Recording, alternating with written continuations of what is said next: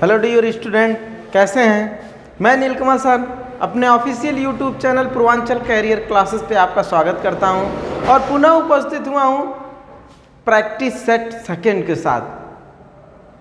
आइए सीटेट के प्रीवियस के प्रश्न पत्र को हल करते हैं और देखते हैं कि कैसे कैसे प्रश्न सीटेट पूछा है थ्योरी और पेडागॉजी से। आज हम मिसलेनियस क्वेश्चन लेके आए हैं जिसमें पेडागॉजी भी है और थ्योरी भी है। आइए देखते हैं। तो चलते हैं पहले प्रश्न की तरफ। क्या है पहला प्रश्न? ये पहला प्रश्न खेजड़ी से है, खेजड़ी नामक वृक्ष से है। ठीक है, खेजड़ी वृक्ष के बारे में सही कथन चुनिए। कह रहा है कि खेजड़ी नामक वृक्ष जो है उसके बारे में सही कथन पूछ रहा है। देखते हैं ऑप्शन। पहला ऑप्शन, यह वृक्ष मुख्यतः रेगिस्तानी क्षेत्र में पाया जाता है, बिल्कुल सही। दूसरा ऑप्शन, इसे अधिक जल की आवश्यकता नहीं होती, ये भी सही है। तीसरे ऑप्शन को देखते हैं, यह छायादार वृक्ष है जिसकी छाया में बच्चे खेलना पसंद करते हैं, ये भी सही है। चौथे ऑप्शन को देखते हैं। चौथे ऑप्शन में क्या दिया हुआ है? चौथा ऑप्शन है, यह अपने तने में जल एकत्रित करता है और लोग पतले पाइप से इसके जल को पीते हैं, ये गलत है। और आप पीछे हम जो थ्योरी पढ़ाए हैं उसका वीडियो देखेंगे तो ये प्रश्न हम करवाए हैं और ये दो टॉपिक को मिला के पूछा हुआ है। एक खेजड़ी, जो खिजड़ली नामक गांव राजस्थान में है, हालांकि हमने थ्योरी में इसका जिक्र किया था, उससे रिलेटेड वीडियो है। और दूसरा जो ये चौथा वाली पॉइंट है, ये ऑस्ट्रेलियन ओक के बारे में है। किसके बारे में?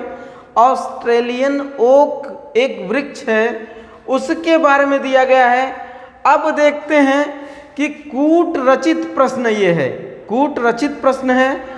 नीचे देखते हैं कि कौन कौन सा ऑप्शन सही है। आइए देखते हैं। पहला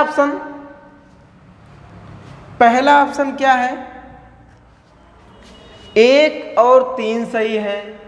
1, 3, 1, 2 और 3, 1, 2 और 3 सही है, अर्थात 1, 2, 3, 1, 2 और 2 सही। ये तो बिल्कुल गलत है। दूसरा देखते हैं, 1, 3 और 4 सही। 1, 3 और 4, ये भी गलत है। अगला ऑप्शन देखते हैं, 2, 3 और 4 सही है। 2, 3 सही है लेकिन 4 सही नहीं है।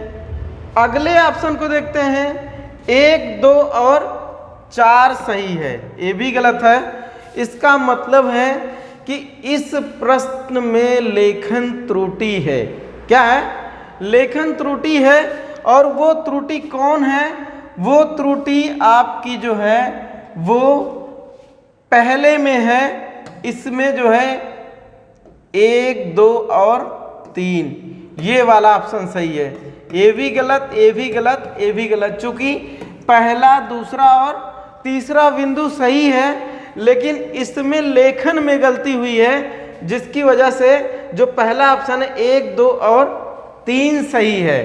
इस तरह के वीडियो आपको हमारे official YouTube channel Purvanchal career classes में मिलेंगे। और सीटेट ईवीएस का कैसे कैसे प्रश्न पूछता है, कैसे उसको हल किया जाता है, सरल शब्दों में हम समझाने का प्रयास करेंगे।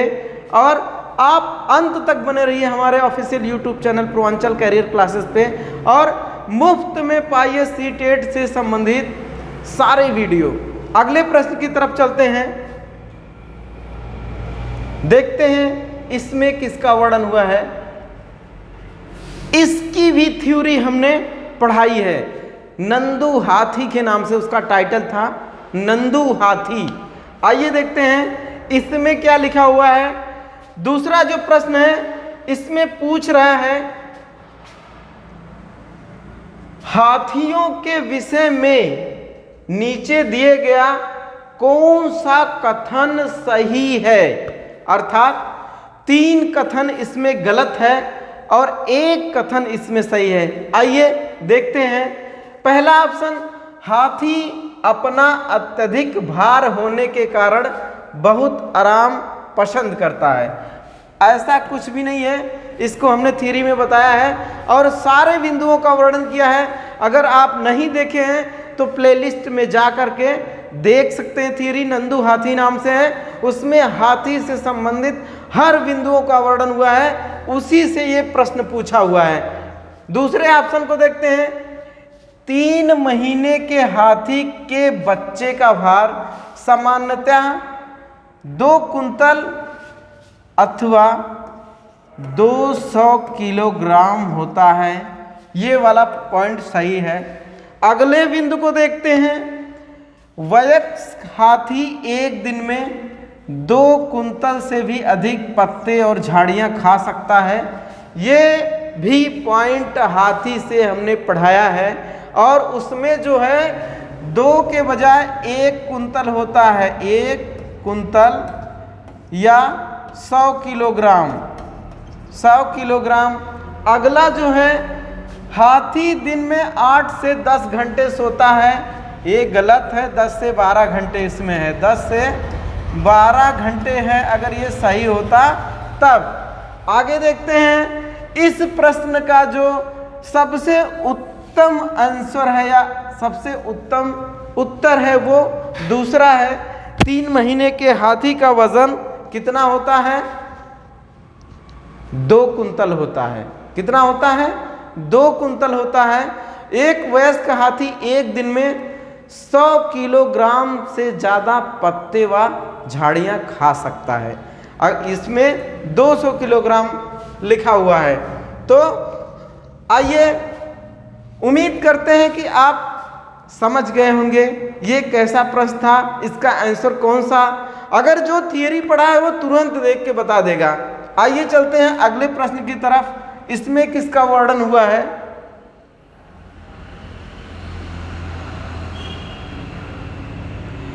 ये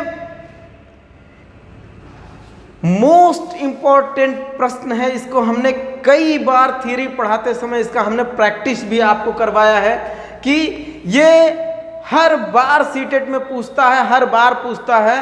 इसमें दिया गया है, नीचे दिए गए पैराग्राफ को पढ़िए जिसे गांव के एक छात्र ने अपने घर के विषय में लिखा है। मैं गांव से आता हूं, हमारे गांव में अत्यधिक वर्षा होती है, इसलिए हमारे घर धरती से 10 से 12 फुट अथवा 3 से 3.5 मीटर ऊंचे बने होते हैं। इन्हें मजबूत बांस के खंभों पर बनाया जाता है। ये घर अंदर से भी लकड़ी के बने होते हैं। यह गांव होना चाहिए, यह गांव होना चाहिए। ये पूछ रहा है कि कौन से प्रदेश में ऐसे गांव पाए जाते हैं जो बांस के बने होते हैं, धरती से 3 से 3.5 मीटर की ऊंचाई पे होते हैं और 10 से 12 फुट की ऊंचाई पर होते हैं। ये किस प्रदेश में ऐसे मकान पाए जाते हैं, इसको भी हमने अपने थ्योरी में पढ़ाया है। आइए ऑप्शन को देखते हैं। पहला है आंध्र प्रदेश, बिल्कुल गलत है। असम, ये सही है। तमिलनाडु भी नहीं है, उत्तराखंड भी नहीं है। इन दोनों का तो वर्णन ही नहीं है पूरे थ्योरी में। आंध्रा का और तमिलनाडु का, असम का है, उत्तराखंड के बारे में बताया जाता है। यहाँ पे पथरीली भूमि है, यहाँ बच्चे सकरे रास्तों से स्कूल जाते हैं। यहाँ के जो मकान होते हैं वो पत्थर और लकड़ी के बने होते हैं इत्यादि। तो गाइस, कैसा लगा ये हमारा वीडियो आप जरूर कमेंट करके बताइएगा। ज़्यादा से ज़्यादा लाइक करिएगा, ज़्यादा से ज़्यादा शेयर करिएगा, ज़्यादा से ज़्यादा कमेंट करिएगा, जिससे कि लेटेस्ट वीडियो आप तक पहुंच पाए। आइए इस कड़ी में अगले प्रश्न की तरफ चलते हैं, देखते हैं अगला प्रश्न कैसा है। ये देखिए, ये आपका पेडागॉजी का प्रश्न आ गया। किसका? पेडागॉजी का प्रश्न है ये। इसमें क्या है, रश्मि को यह सिखाया जाता है कि वह प्रश्न पत्र बनाते समय निम्न चरणों क्रम में नहीं है का अनुपालन करे। अर्थात किसी भी प्रश्न पत्र को तैयार करने के लिए सर्वप्रथम किन किन विधियों या किन किन बिंदुओं को आप इसमें अरेंज करेंगे, रीअरेंज करने के लिए ये बोल रहा है कि कैसे हम इसका किसी भी प्रश्न पत्र को तैयार करते हैं। आइए देखते हैं, इसके ऑप्शन को देखते हैं कि प्रश्न पत्र बनाते समय सर्वप्रथम क्या किया जाता है, फिर उसके बाद क्या किया जाता है, फिर उसके बाद क्या किया जाता है और अंत में क्या किया जाता है। कहने का मतलब यही है। पहला है प्रश्न लिखना। प्रश्न लिखना तो पहले आएगा नहीं। रूपरेखा डिजाइन तैयार करना, सही है, ये फर्स्ट है, फर्स्ट स्टेप पे आएगा। दूसरा है प्रश्न पत्र का संपादन करना, ना, ये दूसरा आपका होगा ब्लूप्रिंट तैयार करना, ठीक है। तीसरा क्या होगा, तीसरा होगा प्रश्न लिखना और अंत में होगा प्रश्न पत्र का संपादन करना। अब इसको हम क्रम से करेंगे, क्रम रूप या क्रमिक रूप देंगे। आइए देखते हैं इसमें कौन सा क्रम सही है। ये कूट रचित प्रश्न है। क्या है, कूट रचित प्रश्न है। इसमें किन किन बिंदुओं का वर्णन हुआ है और कैसे कैसे पहला, दूसरा, तीसरा है। इसमें देखेंगे रूपरेखा डिजाइन तैयार करना, ये पहला हो गया। ब्लूप्रिंट तैयार करना, ये दूसरा हो गया। फिर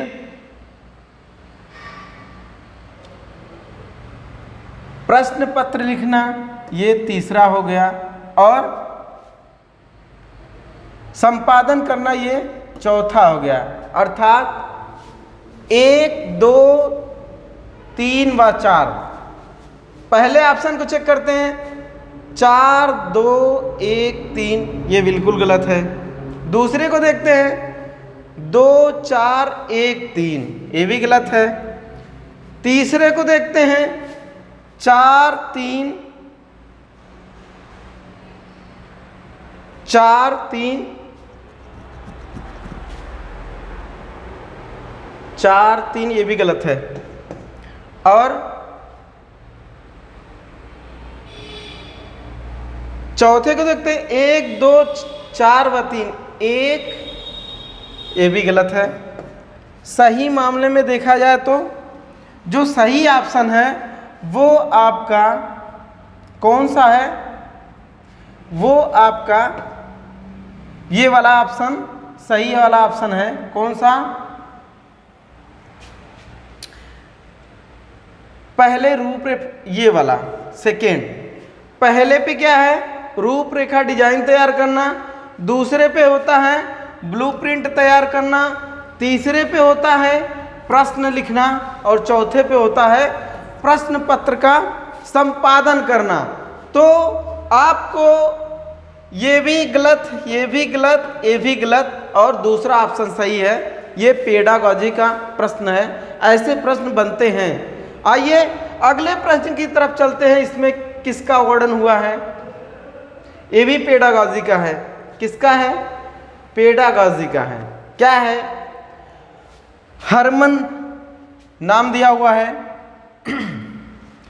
हरमन अपने शिक्षार्थियों को यह सुझाव देना चाहती है कि पर्यावरण संरक्षण के लिए किस प्रकार एक व्यक्ति सबसे अच्छे संभावित तरीके से अपना योगदान दे सकता है, उनका सबसे बेहतर सुझाव हो सकता है। ये पूछ रहा है कि सबसे बेहतर सुझाव क्या हो सकता है, किसके संदर्भ में, पर्यावरण संरक्षण के संदर्भ में। पर्यावरण संरक्षण यानी कि पर्यावरण को किस माध्यम से हम संरक्षित कर सकते हैं। देखते हैं क्या है, आने जाने के लिए सार्वजनिक साधनों का प्रयोग, पहला ही ऑप्शन। दूसरे को चेक करते हैं, कार, स्कूटर आदि जैसे व्यक्तिगत वाहन ना रखे, ये गलत है। तीसरे को देखते हैं, घर से बाहर अक्सर आने जाने से बचना चाहिए, ऐसा हो ही नहीं सकता। हर इंसान घर से बाहर नहीं जाएगा तो उसके दैनिक क्रियाकलाप कैसे होंगे। अगला है अपने व्यक्तिगत वाहन के इंजन की नियमित जांच करना, इससे जांच से कोई मतलब नहीं है। अर्थात इस प्रश्न का जो उत्तर है वो पहला सही है। आने जाने के लिए सार्वजनिक साधनों का उपयोग किया जाए, इससे हम पर्यावरण संरक्षण कर सकते हैं। चूंकि हम जब व्यक्तिगत साधन का प्रयोग करेंगे तो वो उसमें जो ईंधन लगता है उसके जलने के बाद carbon monoxide, sulphur dioxide, nitrous dioxide इत्यादि प्रकार की जहरीली गैसें निकलती हैं जो वातावरण को प्रदूषित करती हैं। इस प्रश्न के संदर्भ में जो सबसे सटीक उत्तर है वो पहला है, आने जाने के लिए सार्वजनिक साधनों का प्रयोग करना। आइए चलते हैं अगले प्रश्न की तरफ। इसमें देखते हैं किसका वर्णन है। ये भी पेड़ागाजी का प्रश्न है। इसमें क्या लिखा हुआ है,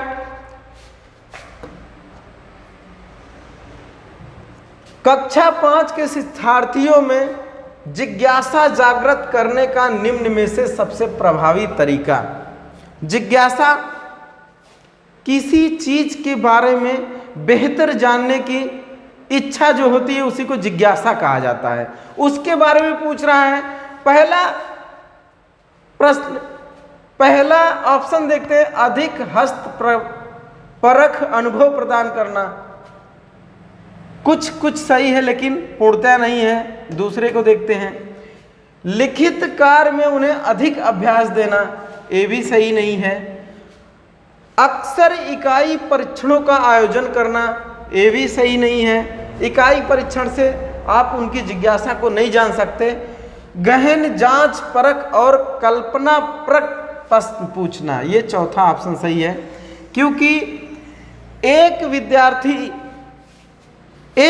विद्यार्थी जो जिज्ञासा जिसमें जगाना है उससे कल्पनाशील प्रश्न पूछेंगे तो उसकी जिज्ञासा ज़्यादा से ज़्यादा बढ़ती जाएगी, ज़्यादा से ज़्यादा उसके बारे में खोजने का प्रयास करेगा, कल्पना करने का प्रयास करेगा। इससे, इस विधि से किसी भी बालक में जिज्ञासा की प्रवृत्ति को बढ़ाया जा सकता है। अगले प्रश्न की तरफ चलते हैं। इसमें किसका वर्णन है देखते हैं। ये भी पेडागॉजी का ही प्रश्न है। इसमें किसके बारे में पूछ रहा है देखते हैं। कक्षा 5 की पर्यावरण अध्ययन की पाठ्य पुस्तक के एक पाठ में सर्वेक्षण और लेखन पर एक भाग का मुख्य उद्देश्य है। क्या है भाई उद्देश्य देखते हैं। शिक्षार्थियों की सामान्य जानकारी का आकलन करना, ऐसा नहीं, सामान्य जानकारी।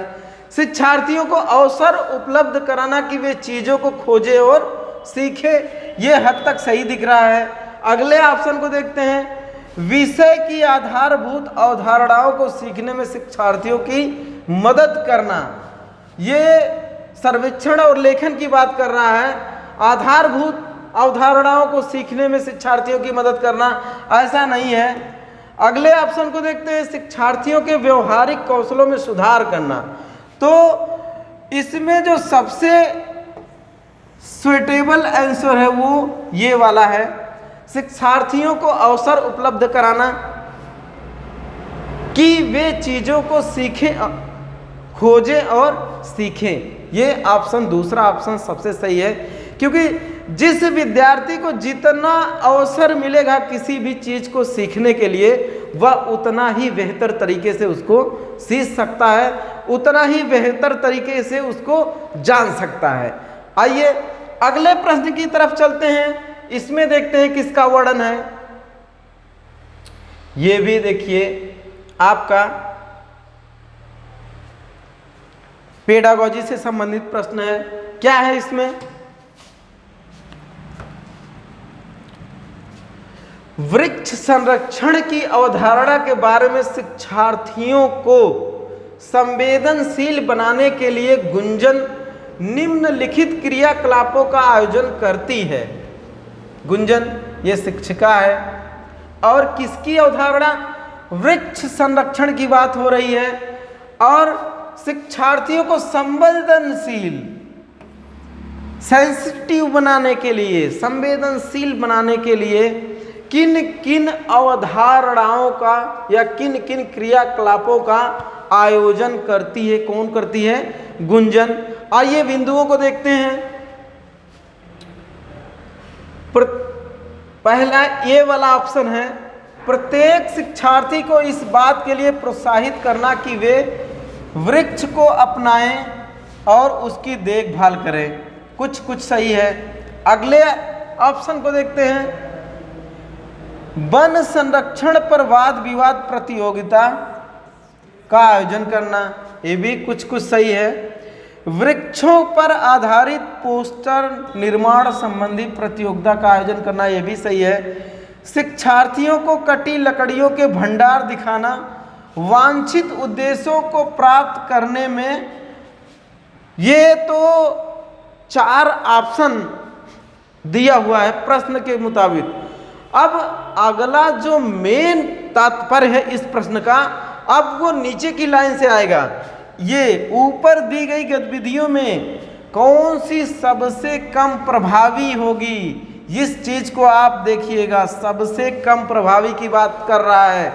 तो सबसे कम प्रभावी जो होगी वो आपका क्या होगा? ऑप्शन फिर देखते हैं कि ऑप्शन में क्या क्या दिया हुआ है।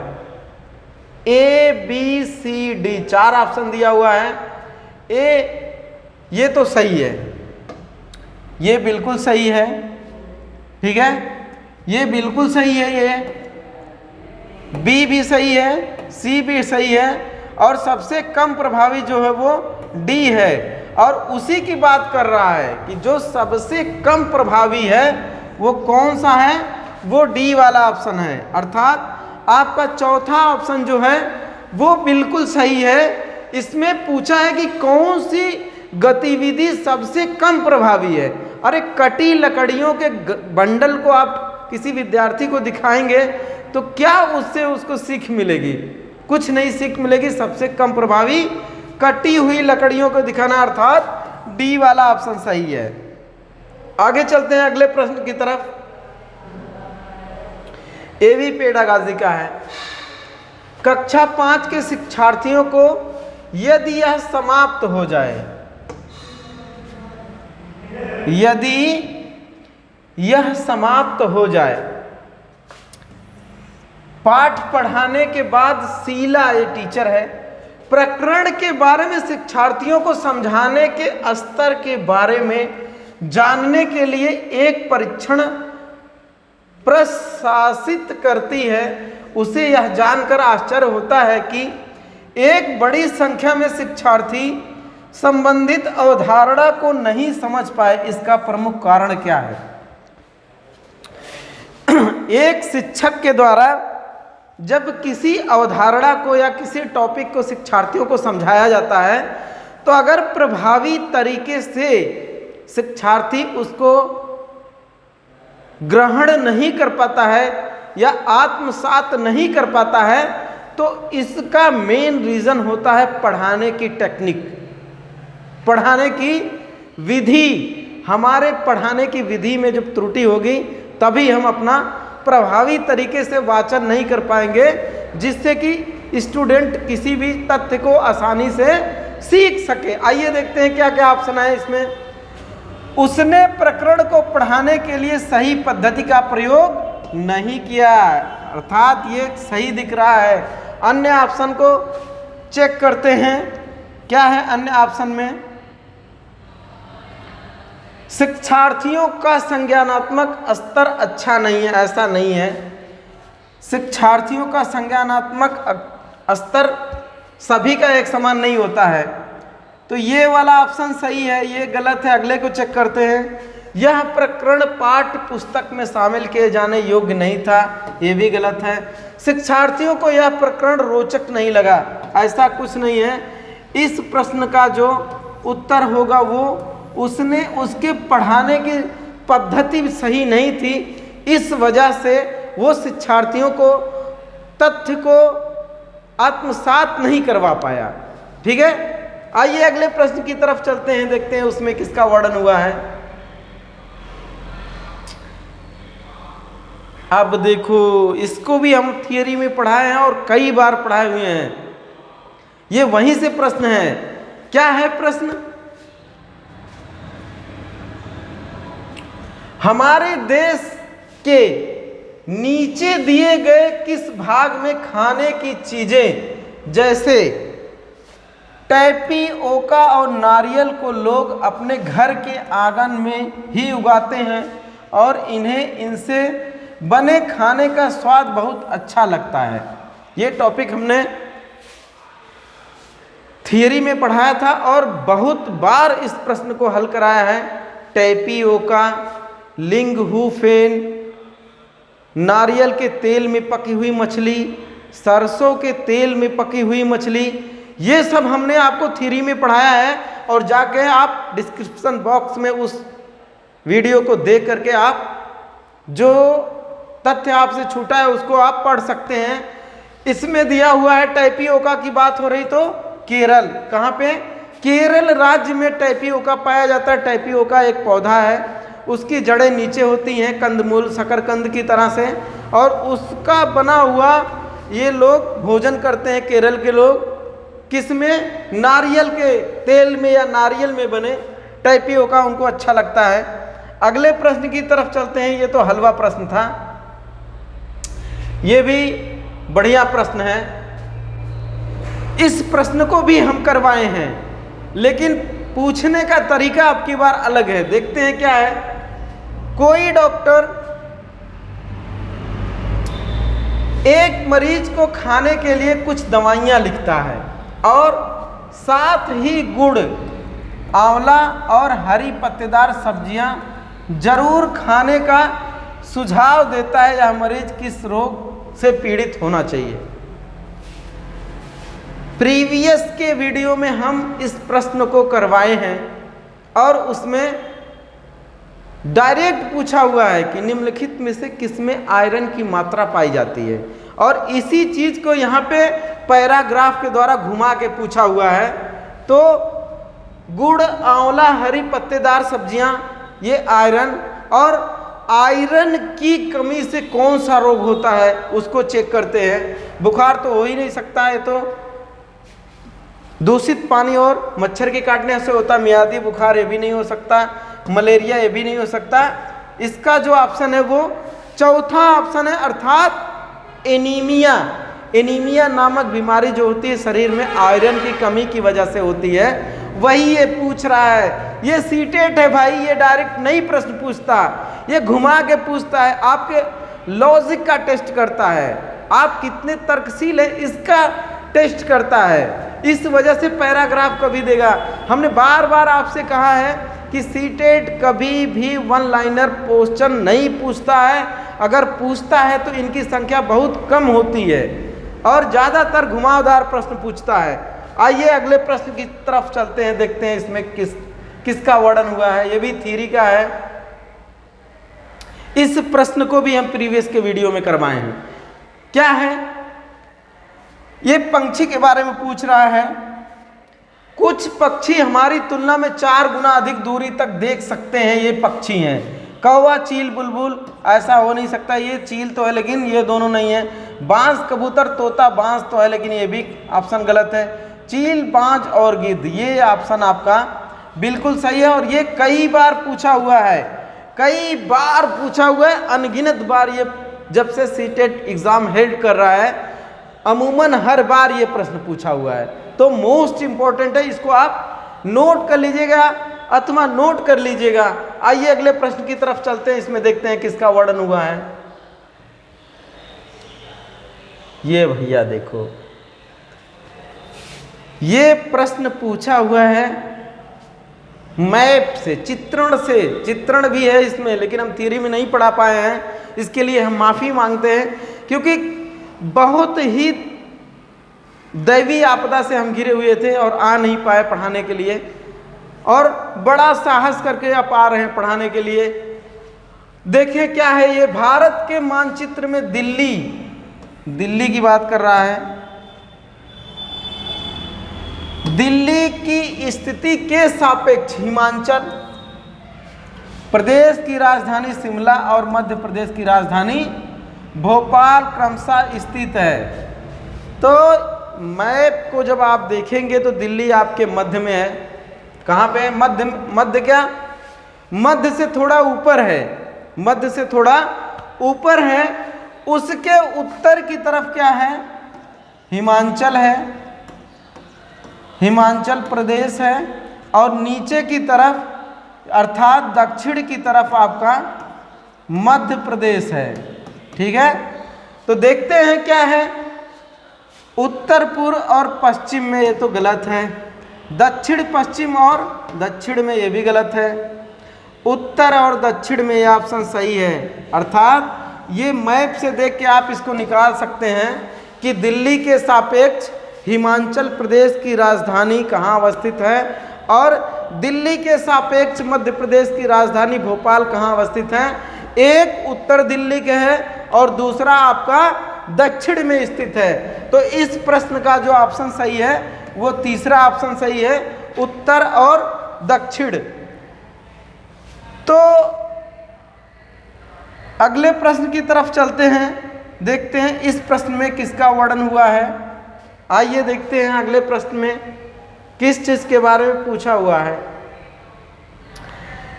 ये प्रश्न अन्य प्रतियोगी परीक्षाओं में भी पूछता है। क्या है ये प्रश्न?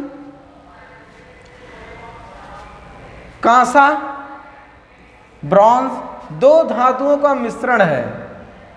ठीक है, दो धातुओं का मिश्रण है। किसका किसका?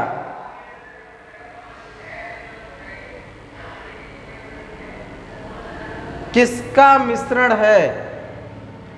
कांसा जो होता है वो किसका मिश्रण पूछ रहा हुआ है? तांबा और जस्ता का? ये बिल्कुल नहीं है। तांबा और टीन का? अगला है तांबा और लोहे का और एल्युमिनियम और टीन का। ठीक है,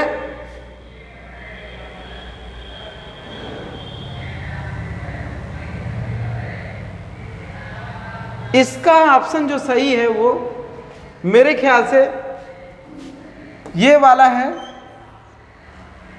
ठीक है, सेकेंड वाला ऑप्शन है, थोड़ा कंफ्यूजन है, इसको देख लेंगे, लेकिन मेरे हिसाब से तो सेकेंड वाला ऑप्शन सही है। आइए अगले प्रश्न की तरफ चलते हैं।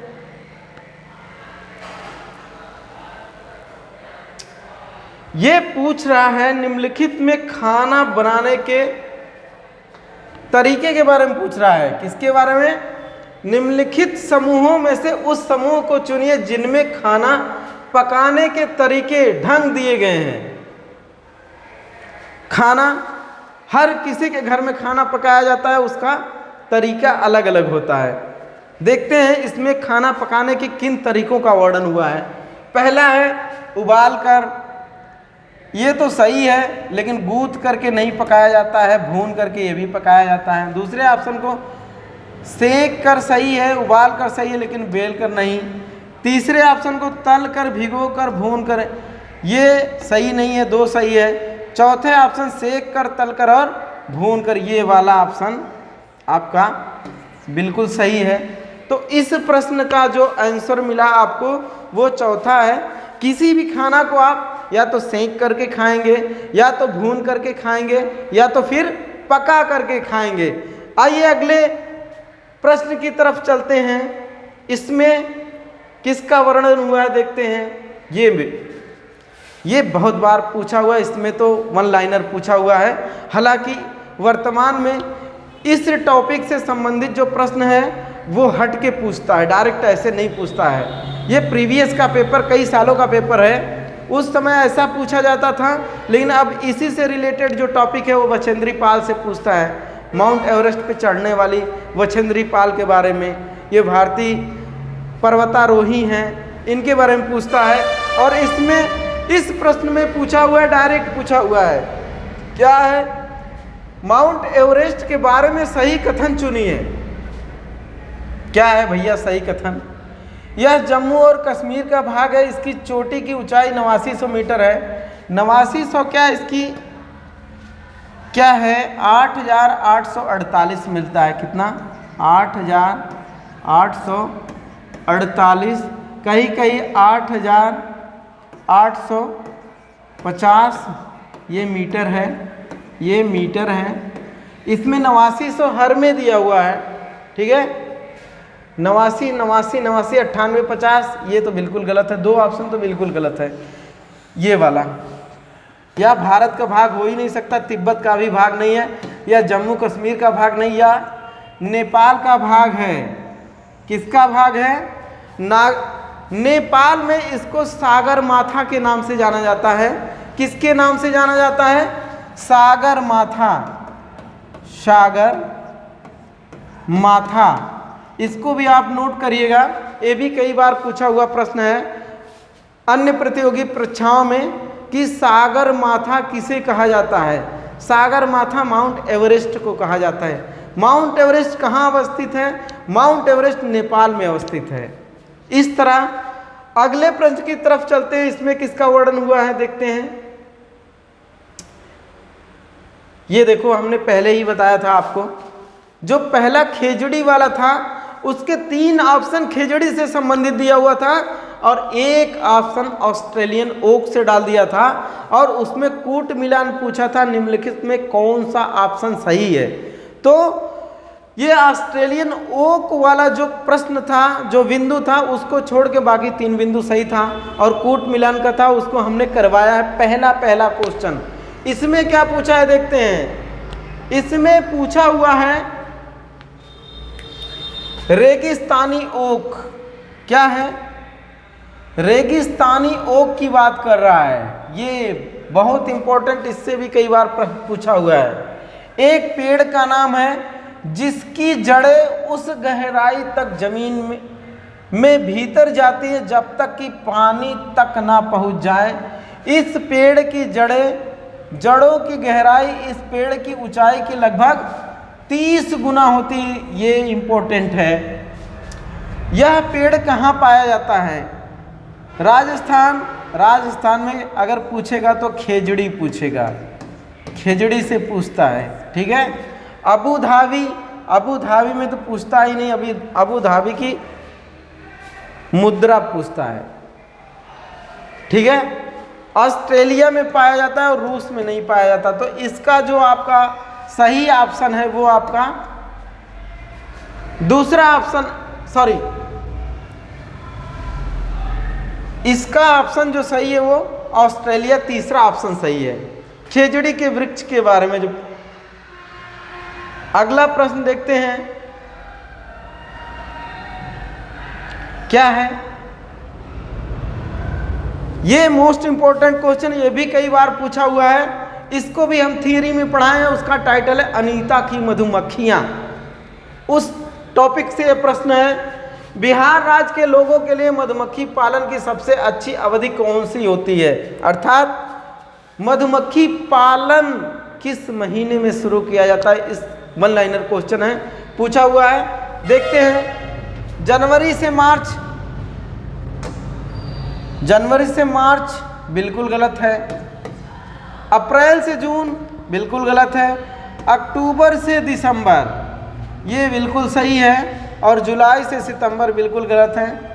हमने आपको मधुमक्खी के बारे में पढ़ाते हुए बताया है थियरी में कि मधुमक्खी पालन जो होता है ये अनीता खुशवाहा की कहानी है। पीछे थियरी में हम पढ़ाए हैं, वीडियो डिस्क्रिप्शन बॉक्स में आप जाके देख सकते हैं। और हम बता दे रहे हैं सरसरी कि ये जो मधुमक्खी होती इसमें भी कई वर्ग होता है।